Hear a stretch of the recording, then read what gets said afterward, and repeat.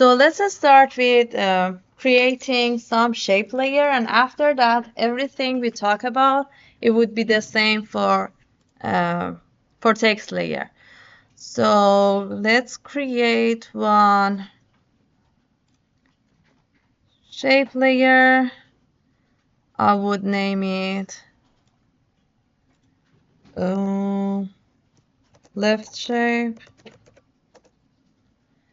And definitely my first step would be fixing the anchor point. I would put the anchor point in the center. I create another layer. Again, it is shape layer. And I would name it right shape.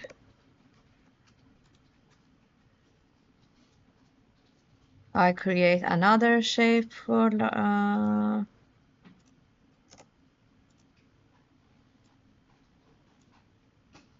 right shape. Let's change the color. And definitely let's fix the anchor point.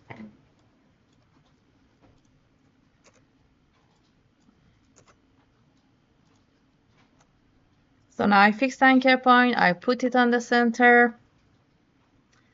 For now, whatever I'm seeing here is 2D. So everything is toward me, everything I can just, if I go to the position of these layers, even when I separate them, you can see that they just have X and Y. And when I move them, I can just move them in X and Y axis. In After Effects, there is a button that if you select for any layer, you would turn that into 3D. And if I hover my mouse on this icon, you can see that it says 3D layer.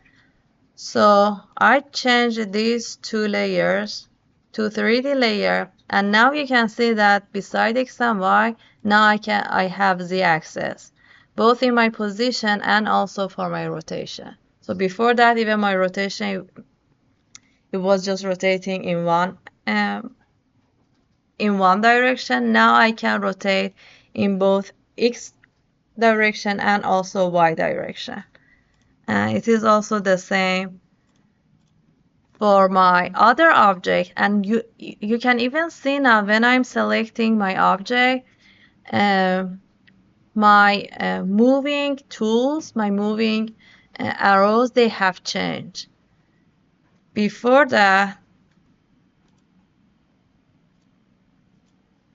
and after that, now I can see that this is my Z-axis, Y-axis, and X-axis. In order to see that better, by default, this is what you see, and you will see just one view of your composition in your composition panel. But if I go here and select 2 view, and probably this one by default is front view as well. Now I have 2 view of my composition. So I select one of them, I go to 3D view part, and I choose top. Now this is the top view of my composition, and this is the front view of my composition. So if I select my right shape, you can see that I can move it toward the camera, which is the viewer, or back. Before that, I didn't have this ability. And we could see that beside position, I also got 2 new rotation. Before that, it was just 1 rotation. Now I have 2 rotation for that for my object. So I can rotate in X-axis and also in Y-axis. So if in some clips you see that your text is rotating in depth, because your text layer is 3D layer. Now let's move these 2 layers really close to each other. Now I want to rotate the right one. And this is y-axis, so I even cannot memorize that, so I know if I want to rotate that in this direction, I have to hover my mouse on top of that to see which direction is that. So this is why if I hover my mouse here, you can see that it shows y to me. So now I know I have to go to y rotation and type 45. So I should type minus 45. Now this is the direction I want for this shape. Let's keep it here. Now go to the left shape, go to Y rotation, type 45. Now I know they have this 90-degree angle with each other, so I go to this one, I go to my top view and try to put them next to each other. Okay, this is a nice place for that. Now let's say this is like a box for me, and I want to rotate this box at the same, these two sides of the box at the same time. What is the solution? Let's say this is the box I have. I want to rotate in Y direction. How can I rotate both of them at the same time? So you would say, let's say I rotate in x-axis, have one full rotation, and parent it to that. This is one way. But if we have more layers,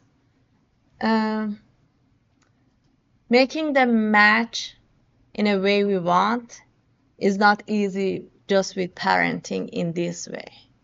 So if we want to make a small adjustment in just our in our animation, that this parenting is correct, but this way of parenting would bother us later. So what should we do? We have talked about it before. Do you need to connect both shapes to a null object? Exactly. Okay. So we create a null object. Let's call it parent. Let's move it somewhere here. Let's make both of them the child of that. And now I can easily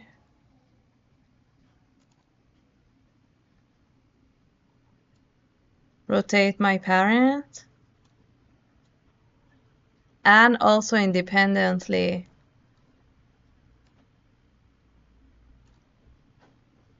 control the children.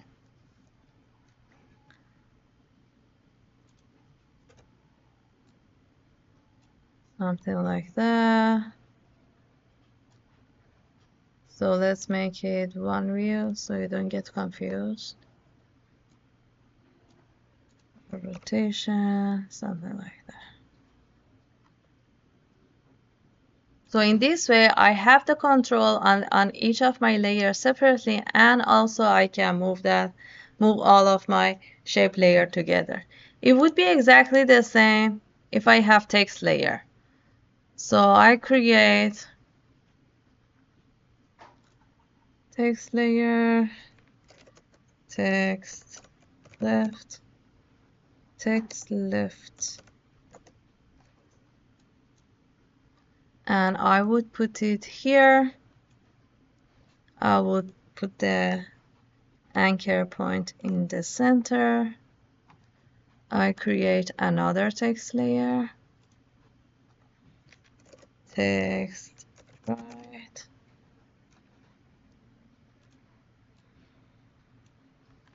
Fix the anchor point. Make both of them 3D. Let's see both of them from top view. Now both of them are in the same place, in the same position. And it always happens whenever you make your layers 3D, at the beginning they are all at the same position. I go to R, Y 45, R, Y 45, minus 45. Now I just need to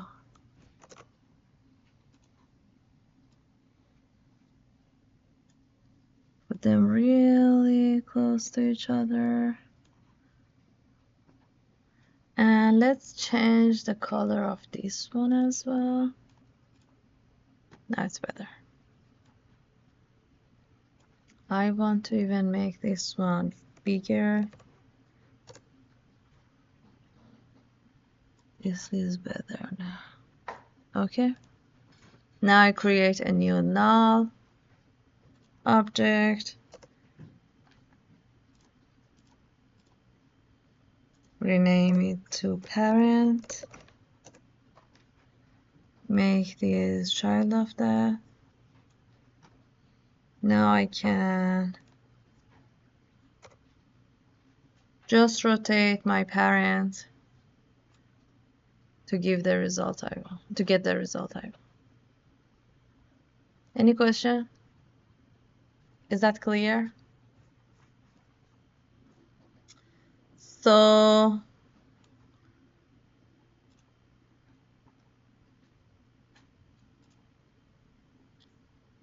let's talk about hue saturation. We talked about the effect. We didn't talk about all of them. Definitely we cannot talk about all of them. But we try to cover the one that we are going to use a lot.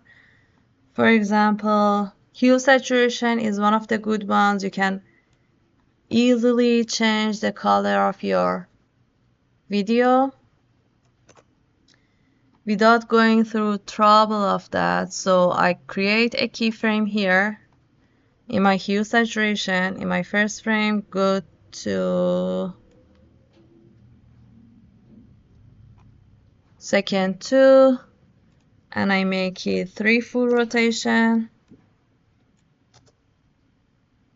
Now it does the rest for me. So if you want to do the color change, you don't have to have different layers of that shape with different color. You can just do that through hue saturation. Any question about that? You can even change the amount of saturation with this one. You can make it more tint or more saturated, and lightness. So these are the things you may need to use on your animation.